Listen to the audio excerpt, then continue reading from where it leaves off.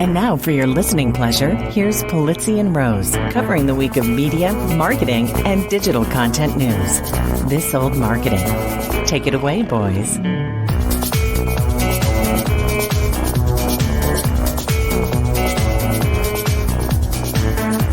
Well, hello, my friends. This is Robert Rose, and welcome to episode number 387 of This Old Marketing for Friday, August 4th, 2023. And with me, is, as always, as he always is my pal, my colleague, my good friend, and big winner this week. He's sold as many companies as Trump has indictments, Mr. Joe Polizzi. How are you? Thank you for mentioning my name with the Donald. I always appreciate it. When I wrote that joke this week, I was like, that was perfect. It was just he sold as many companies as Trump has indictments. Oh my gosh. Yeah, I guess a little bit of a pattern, but thank you. Yeah, thank you for the kudos. Very exciting week for the Tilt and Creator Economy Expo team and excited to be working with Lulu. Well, for those who haven't, who don't follow you on social media or don't know, tell us the big news. Yes. So Lulu, who's the leader in self-publishing of books, has acquired the Tilt website, newsletter, our educational activities, and our event, Creator Economy Expo, which will be in May of 2024. I was hedging a little bit. I didn't know when it was going to be, but we've made the decision. We're definitely going to do it in May of 24 in Cleveland, Ohio, just finalizing those last T's and dots on the I's to make sure that we've got the paperwork in and we can say exactly where it's going to be. But yeah, really excited about it. I've been working on this with the team for many months to get this done, and Lulu was the perfect partner to make this happen. They already believe the same things we believe. They're all about, how do we help the content entrepreneur become successful, become more profitable, educate them, and not have them beholden to, as what we talk about on this show, rented land. Sure. So Lulu is all about, sell directly, keep your customer data, don't give everything to Amazon. And of course, we talk about the same thing, like absolutely use Facebook and Threads and Twitter X or whatever it's called these days. Use those tools, but make sure that you have that first party data, those subscriber channels working for you. So if something happens to those companies, you're not going to get hurt.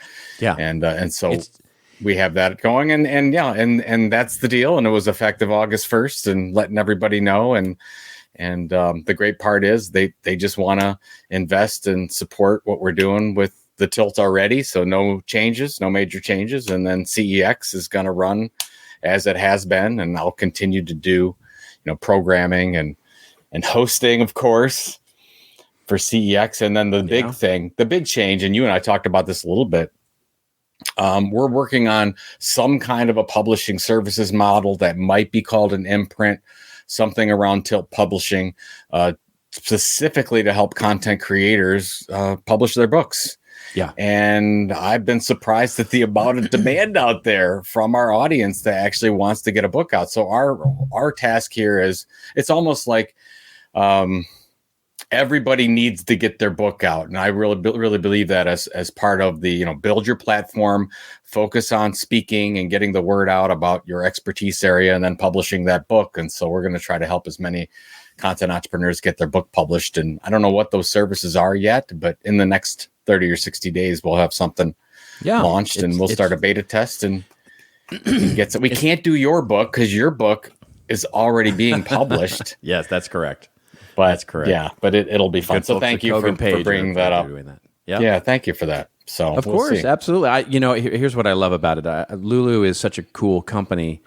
I think of them a little bit like the WordPress for the printed book, right? It's a software company, helps you with distribution, helps you leverage your content in a way for print, and for printed books especially, that, just leverages you. It's a great tool, but to your point, has all of the owned media, the owned audience idea behind it, like a WordPress would. And then it sounds like to me, this whole publishing services idea would be like a WordPress VIP, right? Where you're just helping those, those content creators sort of through that process, right? Really helping them take a premium sort of concierge type approach to it. Well, that's actually pretty good way to look at it. And it's funny because I've been learning a lot about the hybrid publishing model lately, is whatever this is going to be. But really, you have self-publishing and you have traditional publishing. You and I have done both of these models. Yep. With traditional publishing, they basically take care of everything, but the author, you don't get a couple things. You don't get a good percentage of the revenue. You get some up front, but you don't ongoing, you get a percentage of revenue. And you and I have no idea who's bought, like, for example, look at Killing Marketing. We don't have any idea who's ever purchased that book. We don't get any of that data. Right. So that's a big downside of it. Now, self-publishing, you get all that information if you set it up correctly. But you've got to do all these things yourself. But sometimes you need to have a project manager and help you get the cover done and help you do the layout, and help you do developmental editing. All that kind of stuff. So, so we will see where that lands. But, exciting new avenue for me. And it helps me because I'm trying to publish more books and write more books myself. So while I'm learning about books, I'll be writing more as well. Yes. Well, and let's be honest, it also helps you on the home front too. Well, so for people that have been asking, like, what's next? The answer is, if you ever hear me talking about a new business concept, first of all, don't tell my wife. This conversation never happened. But the goal is really to never have people working for me anymore. I want to continue to be active. I want to continue to write. I want to continue to do all sorts of exciting new projects, but we don't want to have a payroll. No, it's time to be a single contributor in life. Yes. Yeah. And when I say we, I mean my wife. Right, exactly. Please, for the love of God, would you stop doing this kind of stuff? So this works out great. That's awesome. She was very excited about this deal. Yeah. I gotta tell you. I can imagine. So if you're gonna send congratulations, don't send them to me. Yeah. Send them to Pam. Pam. Congratulations, Pam. You done good. Yes. Everyone else can keep me in line. That is exactly. But the more important news this week is that you went to a concert last night. I did. We want to hear about it. Yeah. Well, if you can hear a little bit of rasp in my voice this morning as we record this, it is because, yes, I spent last night hooting and hollering and yelling and dancing and just enjoying so I don't know if I've ever said this before on the show or not, but my favorite band in the entire world was Tears for Fears. And this was the last of their tour. It was at the Hollywood Bowl last night. My beautiful wife got me tickets for my birthday. Wow. Fantastic tickets. I mean, so for any of you who have ever been to the Hollywood Bowl, you'll recognize this right away. There's a whole there's the front row, which they clear out and is typical front row of an auditorium where you've got standing room only and people stand. And I always don't like that. I don't. First of all, I don't like standing for an hour and a half. But but other than that, I want to be able to sit and watch and see and basically have great. And there's an area behind that they call the garden, and the garden are these little boxes. They're very nice. There's little chairs in there, and you have your own little box. And if there are four of you, you get it to yourself. But if you're two of you, you typically share it with two other people. And it's got a little stand where you can put your picnic, and you've got a little wine holder where you can put your bottle of wine. So you can, it's very civilized, so that you can have this bottle of wine, drink wine, and watch Tears for Fears. And it was an amazing set. They played Bad Man Song, which of course is my very favorite Tears for Fears song of all time. But they of course played all the hits. They played Shout.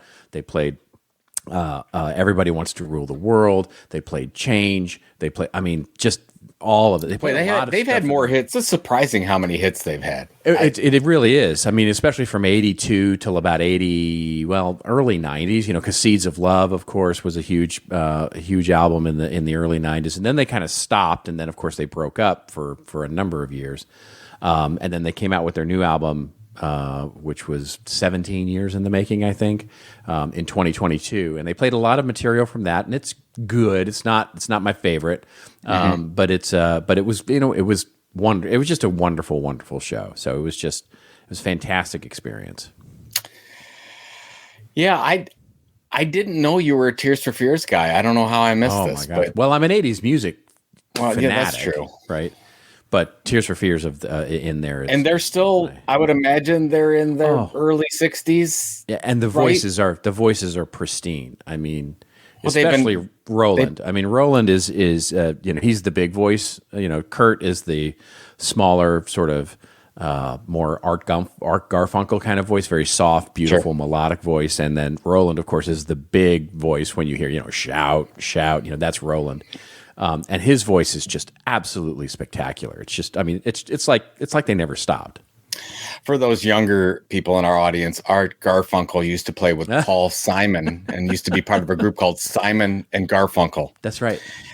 Yes, and a lot of we have to do these things because I realize it's a public service announcement. Really, we do have. I mean, I would say most of our audience is around our generation, but we do have some millennials and welcome Zoomers to this wonderful podcast. That's right. They don't have a clue who Art Garfunkel is. Yes. So again, just picture a singing Bob Ross, and you've got it. Right? Yeah. Well, you're not wrong. You're definitely not wrong with that. Yeah. That's just think of Happy Trees. Yeah, Happy Trees, something like that. Anything else going on before we get this? Well, I'm just started? Very quickly. Yeah, I was struck by this week. Did you follow the news about the Twitter took over?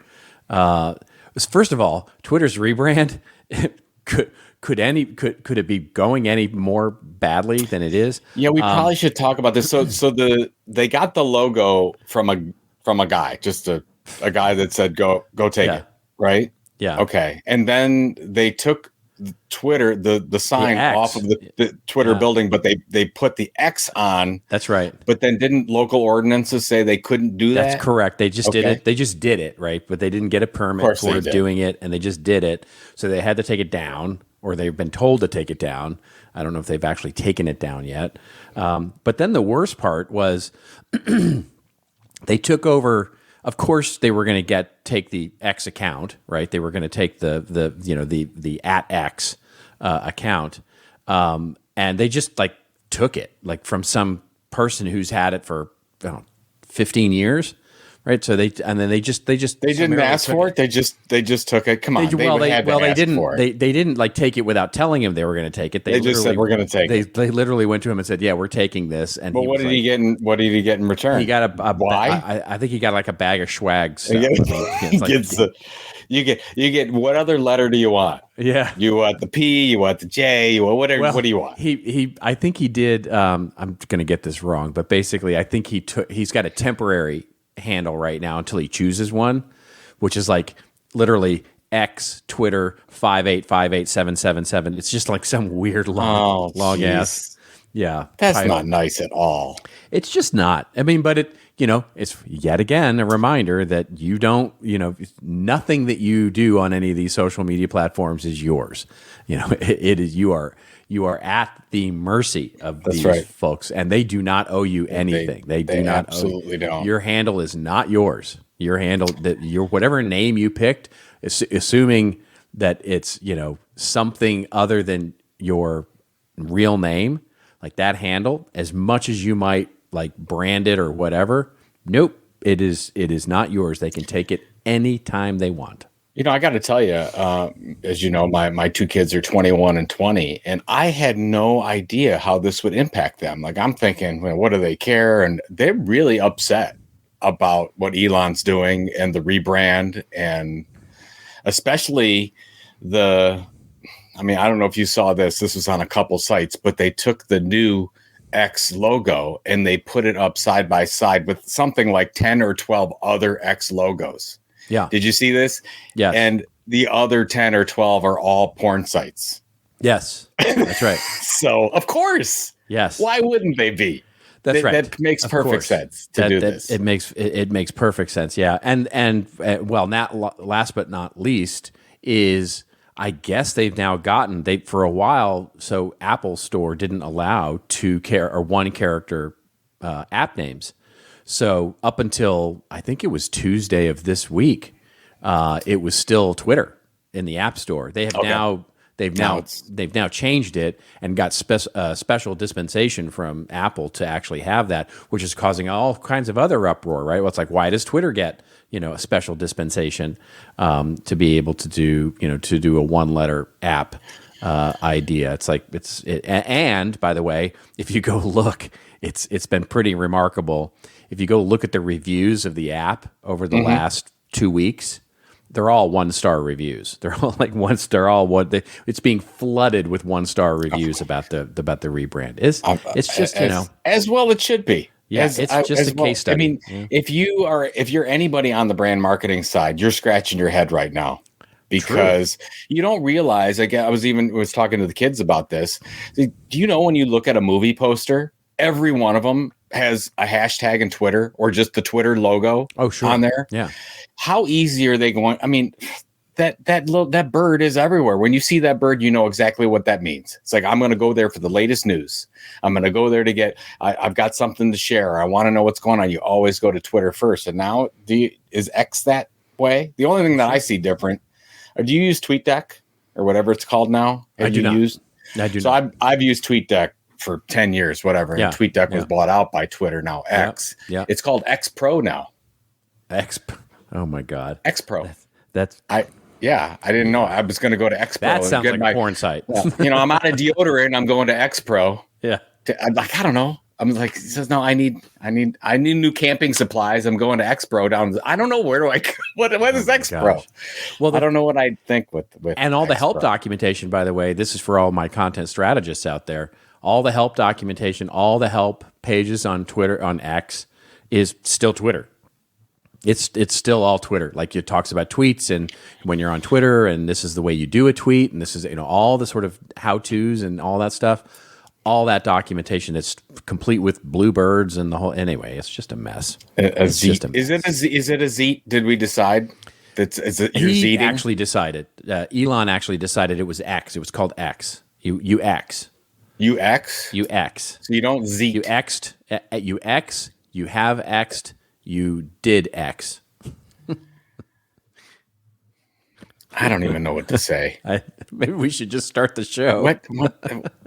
But we will. Before we already sort of started the show. Yeah, but my question is, let's just talk about what we discussed last week, where they don't own the trademark or anything around X. What is going to happen here? Is there news? No. Have you found anything? I haven't seen anything. I don't think anybody's gonna. I think they'll. I mean, there may be a lawsuit. I mean, but I can't imagine that this is gonna amount to much. I think they could successfully probably argue that what they're doing is unique enough in the world that it doesn't infringe on Xbox or any of the other X stuff. And he's got a lot of money to throw at it. So, think about that. I mean, even the stuff that you and I have done when we've launched businesses or looked at things, we've been so careful to figure out, okay, what's the trademark and what's the usage and who's using it and how is it used and we're going to have any problems legally. Well, right. Well, you just got Elon says, I don't care. Doesn't matter. Let's just do it. I mean, sure. I mean, neither of us have $200 billion to throw at lawyers to make that happen too, right?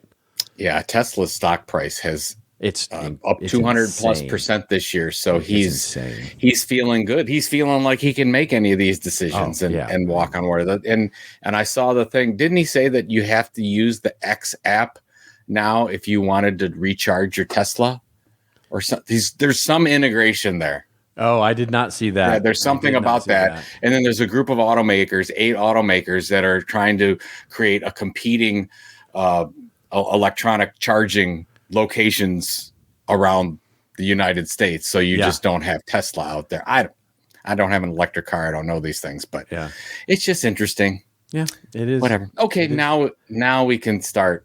Now we can start the show. 19 minutes in, we can certainly start the show here. And rants and raves. Yeah. Now we get to our rants and raves section of the show. Anyway, we do have a fun set of articles to talk about. News this week, as it were. It is the dog days of summer, really. So there's not a lot going on in terms of what's happening in the world. But there is stuff, right? There is stuff. We will talk a little bit about Meta. and how now, well, if you live in Canada, yeah, you're probably not seeing news in Facebook. So Meta is now blocking the news in Canada. We'll talk a little bit about that. We'll talk about this new thing that's sort of like the most exciting movie release that nobody's really talking about, which is this movie Sound of Freedom. Is it great marketing that's causing this very sleeper hit to sort of take the box office by a storm? Or is there something really weird and wild going on underneath that? Then we'll talk a little bit about AI and ask if it's starting its disillusionment phase already. Warning labels are coming for AI-oriented content, and I definitely have a take on that. As the world has basically got generative AI disillusionment. Really? Do we really at this point? And of course, ChatGPT is now scientifically proven to be becoming dumber. So we'll talk a little bit about all of that. And then, of course, we'll get to our rants and raves section, where Joe is going to talk about some new online game that he's very excited about with his kids. I'm not really sure. He's got all kinds of time on it. Oh, it's a content marketing play here. It absolutely is. It's amazing. And you're going to love it. Yeah. And stay tuned. If you think Joe doesn't have enough time on his hands now, he definitely has too much time on his hands. No, but this is work. Yeah, this is work. And then my rave, I'm going to rave a little bit about my friend Joe Pulizzi, who has just sold his company, and so I'll talk a little bit about that. All right, let's get this show on the road, as it were, and talk about Meta. So this comes to us courtesy of TechCrunch. And the headline here, Meta starts blocking the news in Canada with its latest standoff with publishers. Canadians using Facebook and Instagram should expect to see some gaps in their feeds starting right now. This week, Meta began blocking Canadian access to links and stories from news publishers. The company's response to a bill that would require the tech giant to pay outlets for the rights to distribute and profit from their content. Quote, as we've always said, the law is based on a fundamentally flawed premise, says Meta Policy Communications Director Andy Stone on X. Not Twitter, but whatever. They can't get anybody to make this change anyway. And regrettably, the only way we can reasonably comply is to end news availability in Canada. In June, the Canadian Parliament passed the Online News Act, a law that forces tech platforms to negotiate with publishers in order to establish fair revenue sharing over their content. When those agreements don't come willingly, the law, like its Australian counterpart, allows for mandatory arbitration as a last resort, an outcome that isn't likely to look kindly on the tech half of things. What do you take with all of this? I mean, what's the real... I have a take on this a little bit because we've just been doing some work with some media companies up in Toronto, but and newspaper companies especially. But I'm curious to get your take on this. You know, do you think this is like a thing, or is this just, or Facebook doesn't care? Well, at first, if it goes the way that Australia went, Meta did a deal with as Australia very upset, whatever. They come out with the act. Meta does the hard line, then they come together on some deal where Meta ends up paying the Australian news providers, and everything is fine. Right. So now you get the same thing happening. Canada passes the act. Meta says, "Oh, okay. Well, in order to be compliant with this act, we need to basically stop promoting all your links." They took it a little bit further, I think. It's a great negotiation tactic. Because I think that these Canadian news outlets, at this point, this is a really sad statement. They probably need Meta more than Meta needs them, which is horrible. I mean, we had a chance as news providers 20 years ago. We lost it. We gave up all the content to everyone else, to Google and Meta, and they won. Yeah, you cannot compete with that. So, are you going to play in that ballpark or not? They have to make the decision, but. I guess my question is it Meta's responsibility now to subsidize news production, which is really what we're talking about here? Because in a lot of cases, this is just a link. It's just hey, I'm going to share a news link to whatever. I mean, if it's there, if it's not, the users aren't going to necessarily know. It's just not going to be there. Who's going to get hurt? The traffic to the news organizations, they're not going to get it. I mean, I don't know. What do you think about this whole thing? Well, the interesting thing is, first of all, I'm not in. I know there was some dispute over this, but I don't live in Canada, so maybe our friends north of the border can confirm this. But as I understand it, the interesting thing here is that what can't they see? In other words, what are they blocking? Are they only blocking news from Canadian sources to Canadians, or are they blocking all news? In other words, if I post a New York Times link, can Canadians see it? I thought it was just Canadian sources. I think it is too, which, to your point, is a hell of a negotiation tactic, because it is a challenging thing for Canadian news organizations, especially the bigger, broader, more national news. Yeah. Which, remember, Canada is, and by the way, these companies are amazing. They do amazing work. These newspapers, they're really good. These newspapers, in some cases, and some of them are like, it's just it's like the United States, Fox News. Well, but my point being is that there's much fewer of them. There's like not a lot of these companies, right? Like not like here in the States. You just don't have that much, and they're much smaller in terms of their size of their company, et cetera, et cetera. Yeah. So the key here is that a lot of Canadians might not, and I know I'm going a bit out on a limb here, but a lot of Canadians might not miss it. You know what I mean? It's like, in other words, if they start getting their news from New York Times, Washington Post, Wall Street Journal, all of these other news organizations, and they can get, the thing that they'll miss probably is more local news. That's what you're going to get. Big local news day. So it's which, by the way, doesn't pay very well, right? That's the stuff that doesn't really pay that well. This, where news organizations are really hurting these days is in hard news, is in journalism that uncovers political ideas and uncovers scandal and uncovers local government, and that's where the news is really struggling to monetize its biggest thing. So I do think it's a bit of a hardball play by Meta here, and we'll see how long they can want to hold out for this. But I think if I have to imagine, they would continue to play until Facebook makes a deal. But the question is, what does that deal look like? It's sad to say this. Meta and Google, they built better mousetraps. They did leverage on the news and that content for a lot of years, but now they don't need it anymore. So, I mean, I've talked about this a million times. I remember the day that Google was nothing and they walked into Penton offices desperate to work out a deal with Penton because Penton had all this content. That's right. Like, oh, we held this little company and we might get found by some other people that don't know about machine design or hydraulics and pneumatics or whatever the case is. Right. And now it turned into this. But it almost feels like they're so big now. What did they just profit? They came out with a huge, amazingly profitable quarter. Yeah, Facebook and Meta. Facebook crushed their last quarter. Yeah. Is it their responsibility as a good tech citizen to subsidize, throw $100 million, which is like couch cushion money to them, to Canadian news outlets, and then probably end up doing the same thing in the U.S. That's the trick, right? That becomes the trick, because if they do it with Canada, they're going to have to work out a deal. Correct. Which I guess the California one it's sort of been talking about. That's been pushed off to later in 2024.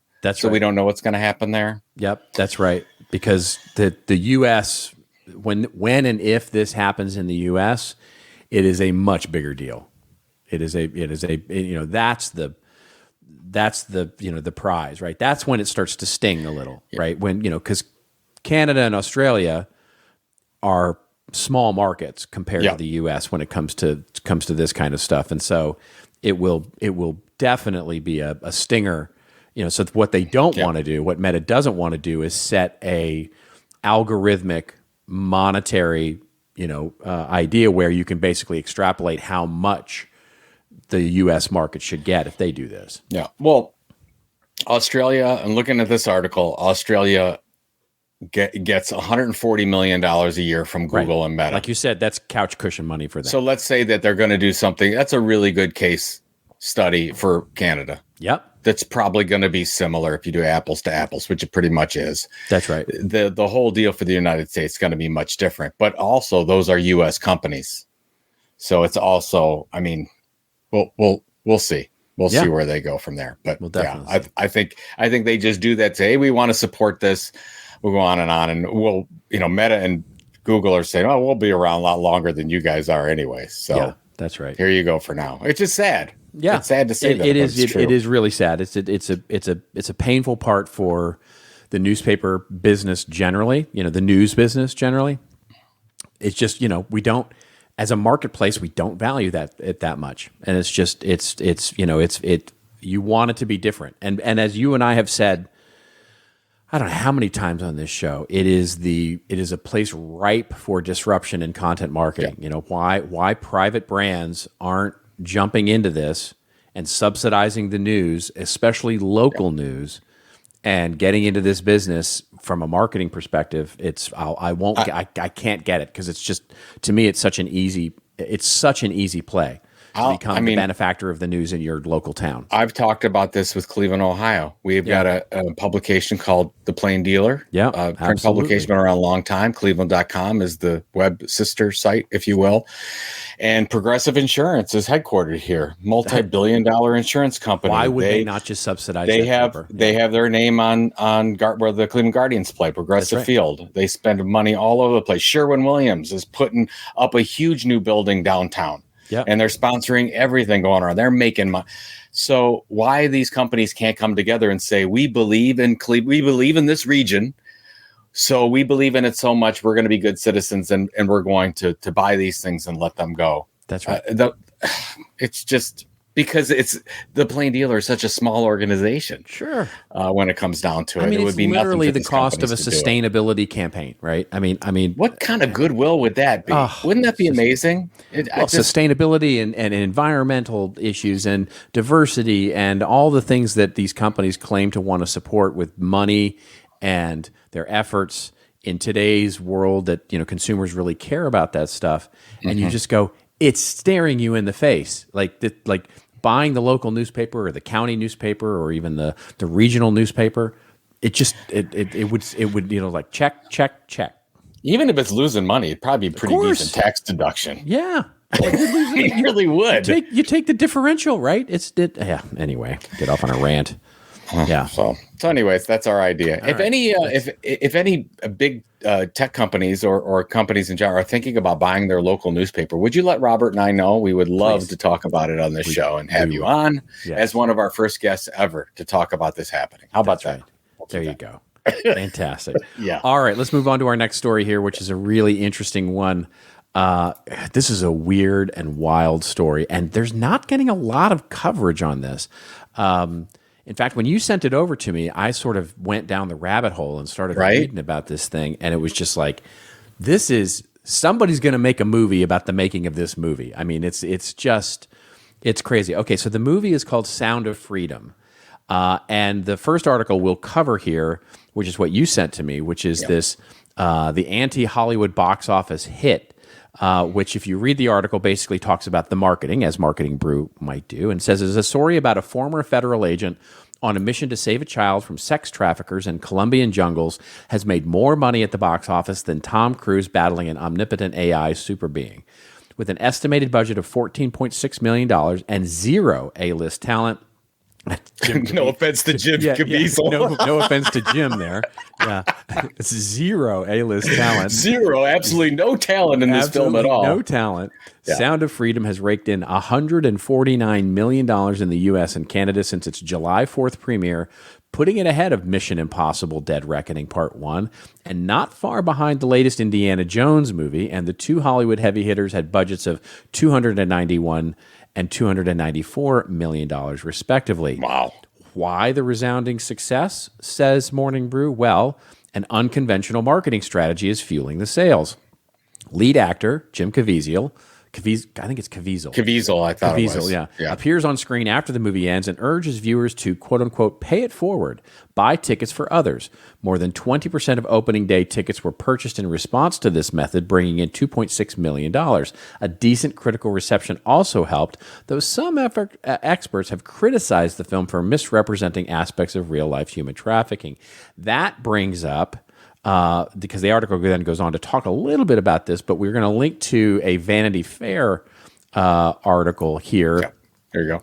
that gets into a little bit more of the details of the wild ride that this film has gone through. You can go read the article yourself. It's definitely a deep dive here. And it's one of the better articles, I think, because I read a bunch of them in prep for this show, that really talks about what exactly is going on here. And basically, it opens up by saying, The Sound of Freedom is a solid independent action film that has made a surprising amount of money since its release on July 4th, and it's the moving quote-unquote true story. I'm putting those quotes in there, by the way. It's a moving true story, because you'll see why I did that in a minute, about a real American hero, a dangerous gateway into misinformation and conspiracy, and a gamble that's paid off beyond anybody's wildest expectations. For director Alejandro Monteverde, the answer is simple. Sound of Freedom was a calling, and he talked, basically the article then talks through how he made the movie. He made the movie years ago, basically got funding for it, looked and did this, sort of found this story that he'd been hearing about these people who had gone and done these missions into other countries to get, pull children out of sex trafficking rings. And then found this, there was a guy that was actually doing this, a guy by the name of Ballard, who was doing this, basically rewrote the movie, shot the movie, made the movie, couldn't get distribution because of the acquisition of 21st Century, the studio, couldn't get distribution, then got distribution, and then basically put together this marketing plan. And then somehow QAnon and that whole community got a hold of it and started sort of putting similarities with this movie to sort of the conspiracy theories about how Tom Hanks and Oprah Winfrey and Pope Francis are basically mining children for some chemical that makes them young or something like that, and then all those conspiracy theories, and basically then that became sort of the favorite of that crowd, and now has sort of gone viral. The movie's gone viral a little bit because of this. And now the director's sort of going, I just made a movie. I don't know what to really do with all of this. And basically he's proud for the success, but it's sort of like this weird subculture that's driving this thing. It's just the weirdest story I've seen in a long time with regard to how you're marketing a movie or a media property or, as a content creator. What do you make of all this? Well, so I want to talk about the marketing of it because I think it's interesting the way that they market it with Jim Caviezel. We'll talk about that in a second. But what really caught me by surprise, Robert, was my wife and I were down in Pinehurst, and my wife's mother went to see this movie, and it was number 1 or number 2 at the box office at that time. So this is a month ago, and I'd never heard of it. And I'm very up on movies. Yeah, for sure. And I'm like, what? And I have no idea what this is. I thought she lost it. I'm like, there's no, and I'm like, oh my God, it's like in all the movie theaters, whatever. So whatever, wherever news I'm getting, I'm only getting it from certain sources, and I'm not getting it from wherever this movie came from. The marketing of it, hasn't been done, at least I haven't seen any movies do this, is where Jim Caviezel comes on at the closing credits after this is done, and instead of saying, hey, this is a true story, you need to donate to this effort to save these kids from child trafficking, comes on and says, pay it forward, buy a couple tickets for friends so they can know more about this really important effort. Now the challenge, so that's really interesting how that worked, and got a lot of early people involved in it. So you got a lot of the same people going to it, because it's like, hey, certain people want to see it, their friends go to see it. That's amazing. So from a marketing standpoint, I thought that was interesting. The challenge is that they're selling it as a true story. Right. And it's not, nobody's qualified this as even that's Tim Ballard, who it's based on. You can't get any information that these things actually happened. That's right. Because he left the organization that he was, and this has all happened outside of the directors. Right. The writer, that's exactly had a fiction, made it into the fiction into sort of a real life story, fictionalized real story. I don't know how you would call that.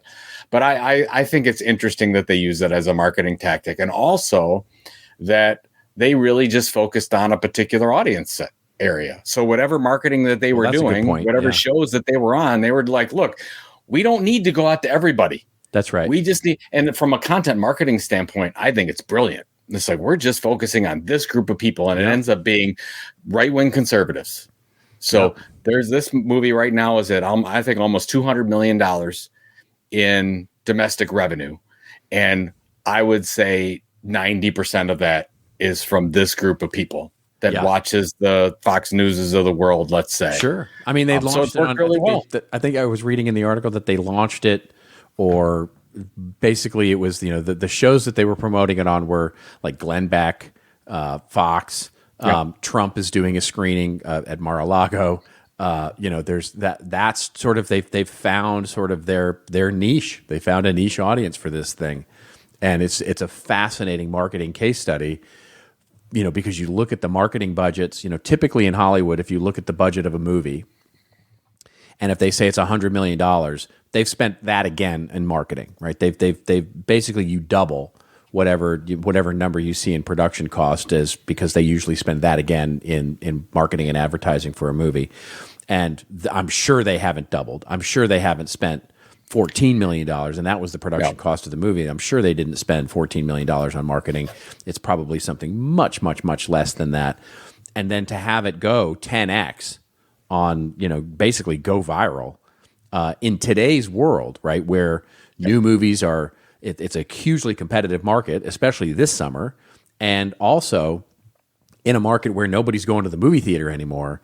It's just a remarkable story, really. But the other thing, we just talked about the importance of first party data. I mean, a movie does not know who sees their movie for the most part, because that's right. Yep. AMC gets that information. AMC knows. They either share with that if you pay for it or not. But they own that information, just like Amazon owns the information if they sell your book. Right. You don't get that. So the fact that they've got a way at the end of this in order to get that data is brilliant. And it's just interesting. It's just a referral. It's a basic referral program. We use it all the time. Yeah. With newsletters and videos, but I haven't seen it done for a movie. So it's just interesting from that That's interesting. I hadn't even thought about that. But basically what you're saying is that the marketing tactic of having Jim Caviezel at the end come on and say, come and donate or come and buy a ticket is basically them saying, hey, there's your call to action. Go to this landing page, put in your information, get tickets, and buy more tickets for your friends, which then builds a newsletter list. And it's sort of, a content marketing platform for whatever they want to do with it next. And so let me give you another example that's not a right-wing example. So, Project Greenlight, right? They had all the, what was the one movie? They did Spotlight, right? They did Spotlight with the Boston Globe when they came out, and they found the Catholic priest pedophile case, and they did the whole thing. Let's say that Michael Keaton comes on at the end and says, this is critically important, pay it forward.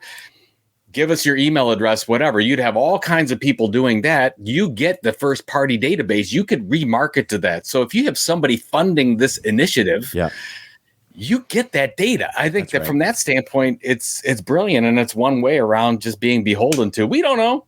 Yeah. We don't know who went to it. We think it's these people. Yeah, exactly. So anyways, it's brilliant. Yeah. And then the whole political mess is a total other thing that I don't even know if I comment on. Yeah, so. I'm not sure I do either, but it is fascinating nonetheless. It is worth the read, folks.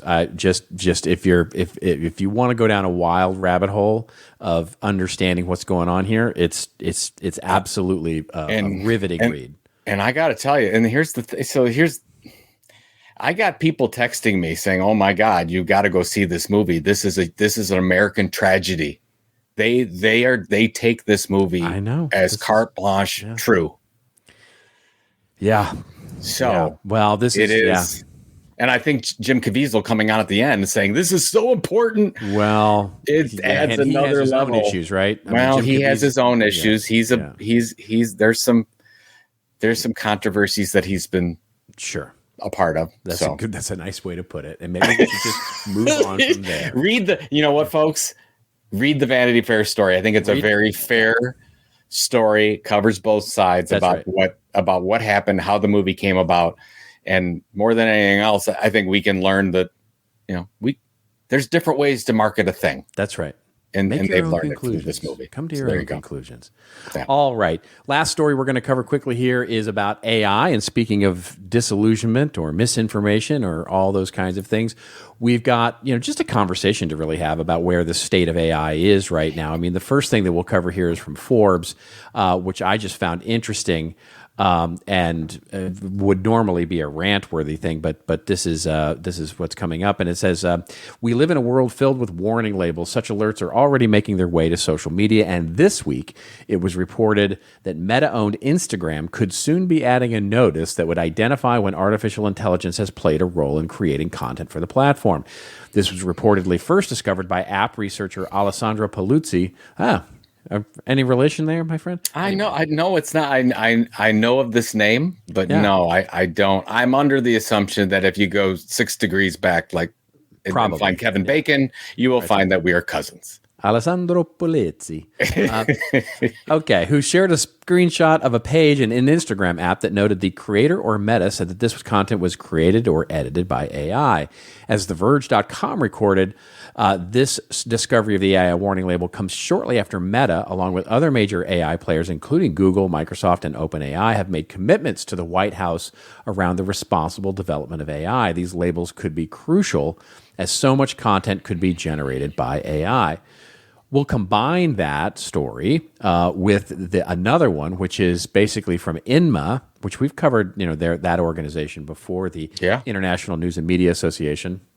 Really interesting organization, who they write an article basically saying the generative AI hype using the Gartner hype cycle here, and they're saying that the media industry has witnessed the transformative potential of artificial intelligence in recent months. As the initial excitement begins to wane, has it really? We find ourselves moving toward the disillusionment phase of the AI hype cycle, and they use the, although they don't really. It's interesting. They don't credit Gartner here, but this is definitely a Gartner hype cycle. Well, they link to the they link to the Wikipedia page for the Gartner hype cycle, which is a total in your face.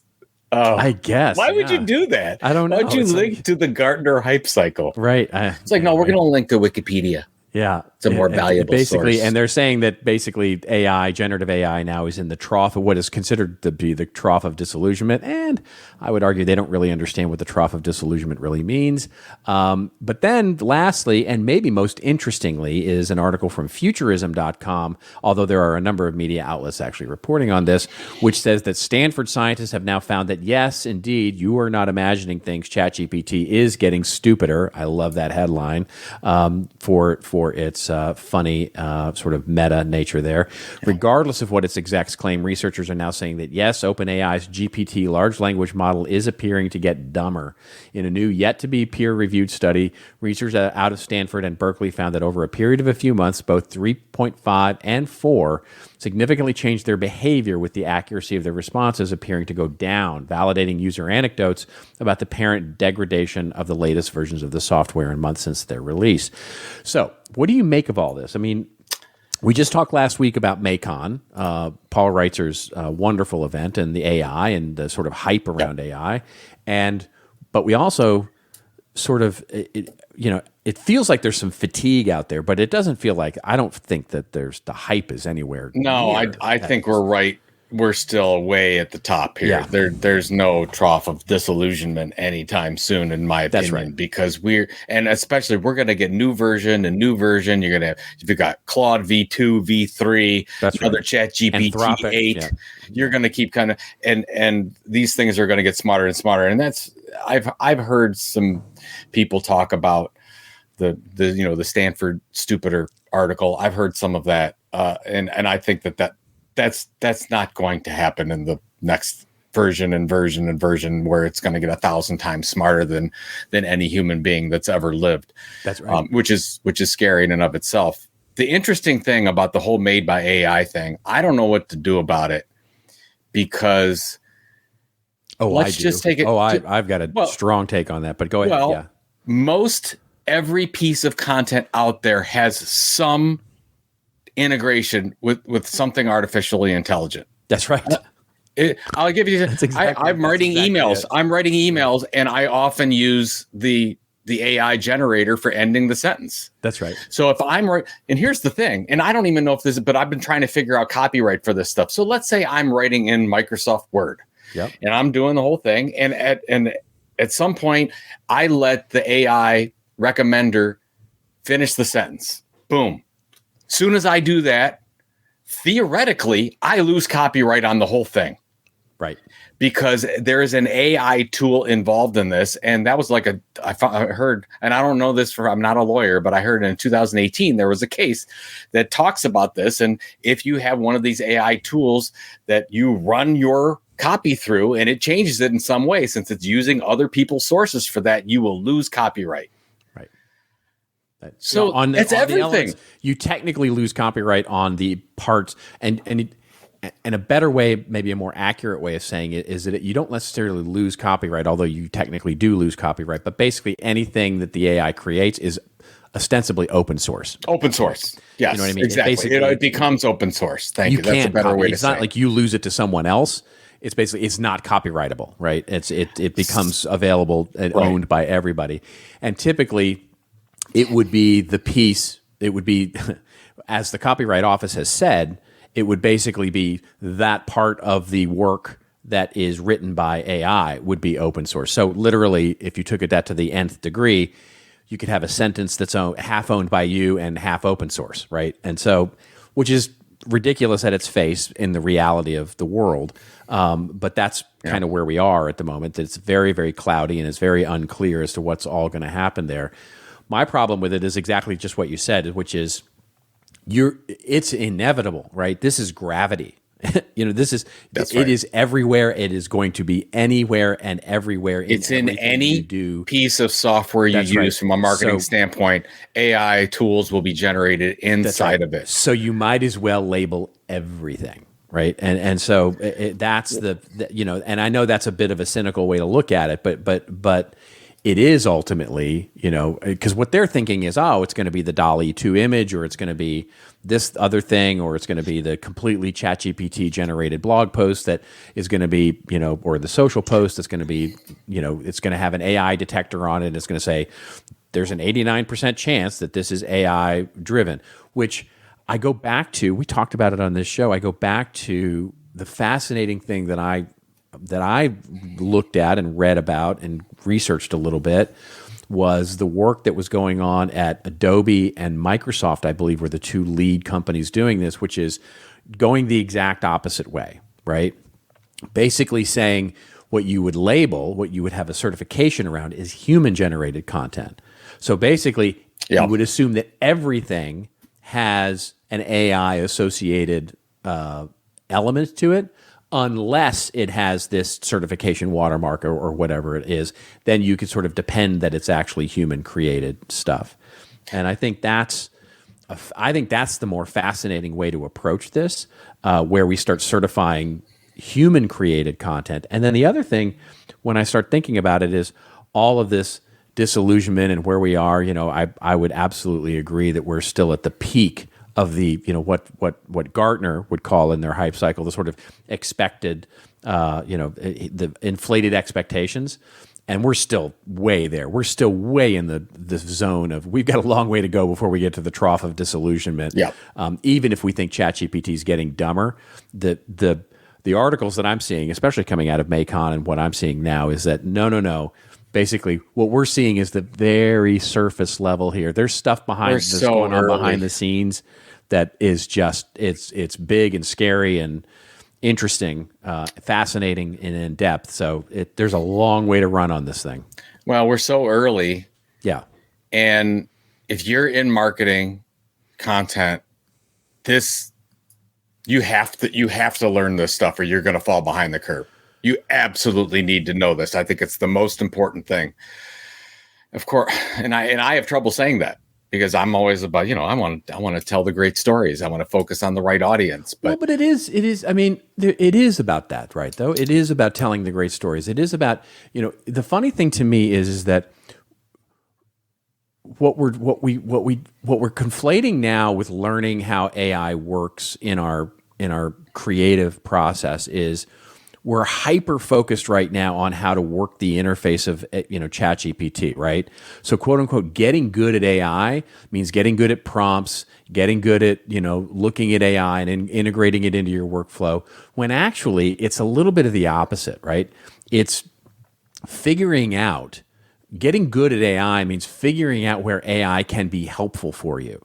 Yeah. It's not about just having it replace things that you're already doing. It's saying, how do I, as a storyteller, really avail myself of more time and more bandwidth, to accelerate my brain to get to the goal that I want, which is to create something amazing and engaging and wonderful. There's a video that's going around social media right now that, this is Steve Jobs talking, basically, I don't know, 50 years ago. It's still thick hippie beard Steve Jobs guy.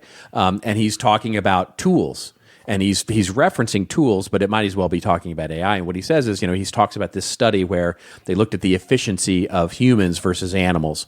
And basically they say, okay, the most efficient animal from getting from A to B is a condor, right? It uses the least amount of energy, and it basically is, and humans fall in the bottom 30% of that from walking, so we're in the middle of the pack when it comes to animals in terms of efficiency of moving from A to B. He said, but then you give the human a bicycle, and we jump right up to number one. He said, so what humans are really good at are developing tools that accelerate our own human capabilities and give us the ability to do things that we've never been able to do more efficiently and at scale.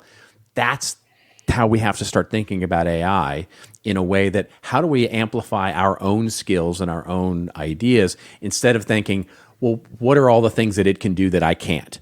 Right. And so it's the wrong question. It's what can I do with this thing that I couldn't before? Did you listen to Prof G's launching his AI bot? Have you heard this? I did not. I haven't listened to that yet. Which is interesting. So here's the thing. It's just an example. So Scott Galloway wants to get back to all of his listeners and readers and whatever, but can't do it because he's one person. You can't get back to 1,000 people every day. So what do? He takes all of his content, his information on how he thinks, he puts it into the database, and they create a chat bot, and then has his voice, can duplicate that, and can get back to and answer every question from Scott Galloway, because it's his repository of how he thinks. And I'm like, wow, that happened fast. Yeah, and I don't know if that's right or wrong, but I'm just saying, like, that's a thing. You know what? It skeeves me out, and it skeeves me out for one reason, which is, even if I did that, I wouldn't tell the world that I'm doing that, right? I mean, and I wouldn't do it. I mean, I think, but people are okay. I mean, people are okay with it. There's that one woman on Instagram that did that and told people that she was going to do it, and she made like $70,000 in a day because people wanted to talk to her that wasn't her. Anyways, yeah. That's a different podcast. I've been from the reading I've been doing and this, I feel like personal and particularly interpersonal relationships between people are going to become, as we start valuing physical presence more, as we start valuing interpersonal relationships more, with regard to our relationship with machines and bots, I just feel like that's going to be the premium. It's not going to be scale. The premium that the scarcity that we're going to create in our lives is going to be, how much of me do you get? And giving me more me by automating it and creating a bot because of it. Yeah. Sure, it might be accurate. It might actually, but where does the emotional connection come through, right? If I know that I'm dealing with the Galloway bot, I don't have his mind presence, right? I don't get a spot in his brain and in his heart for 30 seconds or a minute or 5 minutes or however long our chat is. What I get is a record in his database that we had a chat. And that to me is that there's something missing from that and from the human element. And I just think it's not, I don't think it's going to be terribly productive. I don't disagree with you. but it's here. Oh no, it's going to happen. I'm not denying it's going to happen. And here we go. Yeah. And it's funny and you talk about where we're at in the cycle. Like we're up on it because we know we're friends with Paul and we go to Macon and we've been talking about AI content for a long time, but most people outside of hearing about ChatGPT, they don't have a clue what's going on, what's coming, and how it's going to affect our lives. So that's true. So good for us. Good for all you people listening. Good for us. Absolutely. And you always know that if you come to This Old Marketing, you got two human chuckleheads. You're gonna get us. You're gonna get nothing but us. You're gonna get, and we are sorry about that. There's no Tom LLM. That is for sure. Oh my God. Yes, exactly. All right. It is now time for our rants and raves. Let's get to that before we end our show. And this is where we go off on a little bit of a rant or a little bit of a rave over something that makes us feel like we've got 3 indictments under our belt, or something that makes us feel like we don't. And so, do you want to go first? Well, but before, just to mention, because this is normally when you mention, like, go to thisoldmarketing.com. Yeah. But the one thing our YouTube channel is starting to pick up. It is. I'm surprised. It's This Old Marketing. We have our own YouTube channel. I think the last 7 or 8 episodes, we've been doing video. We've been using StreamYard to do it. Hopefully we're getting a little bit better at it. Tens of people are. But we stream on. You and I both stream on Friday mornings on our own LinkedIn sites, and it's starting to get some traction. So would you go to YouTube and subscribe? Some people are actually commenting. We would love to get your comments that way, or as we get voicemails. You can go to thisoldmarketing.com and put your voicemail down. We'll focus it on the show. I'm doing your whole part. This is your whole section. I'm doing for you. No, I love it. I was cutting that out for time, but I love that you did it. I love that you actually did it. This is too I'm actually important. going to start a TikTok channel too. So I've actually got. I'm going to buy a new phone so that I can go to TikTok. I can start having my TikTok account. I have some with somebody else's name. I got a fun thing. I will planned. go watch your. I got a fun thing planned. I got a fun thing. All right, rants and raves. Okay, yeah. You want to go first, or shall I go first? Sure, I'll go first. So this is. I want to show you a picture of this. So this is so you can see. So this is the Gabe that my youngest and I. He got me in on this one. It's called Immaculate Grid, and it's powered by Baseball Reference. So my youngest works for the Cleveland Guardians now and getting really into baseball, and show me. And this is like Wordle for baseball. So basically in this example, this is the one I played today. So I only got half right, but basically you'll see, the intersection of San Francisco and Cleveland Guardians. Can you name a baseball player that's played on both? So I named Jeff Kent, got that. So, 6% of people named Jeff Kent, and then go on and on and on. But the whole point is, doesn't matter the game. You get these fun things, and every day they do this. Do you get a higher score if you get sort of a more obscure player? That's right. You get a rarity score. Like if I go in here on show summary, I've got my whatever. I don't know what these things mean. This is like the first day I've really played it, but I've been sort of playing it through my son and going through the whole thing, and it'll tell you. And you really get into, I didn't know 172 players played for Cleveland and San Francisco. Yeah. I didn't know there were 6 rookies of the year that were on the San Francisco Giants. You have to name one. So it's really interesting. We did it in the car. We were driving, had some drive time, and he was talking to me about this. And I'm like, oh my God, this is such an amazing content marketing initiative. They have this for baseball, men's basketball, football, hockey. Like I would imagine if you got on the football one, you would get totally into it. I might try this. Yeah. So I just thought it was interesting. This is pure content marketing. They are driving so much 2 ways. They're driving traffic back to their site. They're an advertising driven site. So they're getting more people to look at the ads. And then they have these statistical $8 a month special access to stats you don't get from Baseball Reference for subscription deals. And I'm like, this is brilliant the way that they do this. And they're just taking the data they already have, putting it together, and making a new fun game out of it. It's just totally fun. And like, by the way, this is Baseball Reference, but if it was Major League Baseball, I could see Major League Baseball doing it to get kids more involved in this, because I guess this is what they should be doing. Well, my son they do this, and then they share their scores, their rarity scores with their friends. I mean, well, how cool would it be for Major League Baseball to do this, or the NFL to do this? And then you know what's missing, right? You know what's missing from this. I'll bet you was in the original business plan for this. what's that? Is that as you assemble your little card there with your rarity scores, you make an NFT out of that. I'm sure that's what that. I'm sure I'll that bet was you what that's was in the business missing. plan somewhere. Yeah. Actually, I mean, from looking at this, I would say, why doesn't Major League Baseball buy it buy for a sure. baseball reference? They've Just like the New York Times bought Wordle. Yeah, exactly. Same type of thing. But anyways, Yeah, I just thought that was interesting and a great content marketing fantastic. example. So, all right. Fantastic.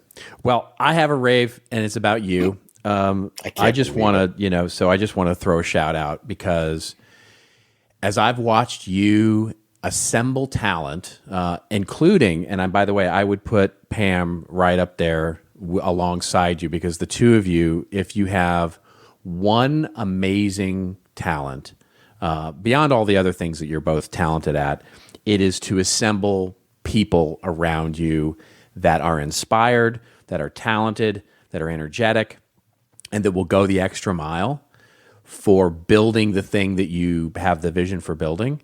And it's just been amazing to watch over the last 15 years that you and I have known each other.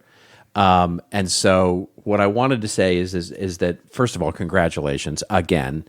It's kind of annoying, to be honest, how good you are at this.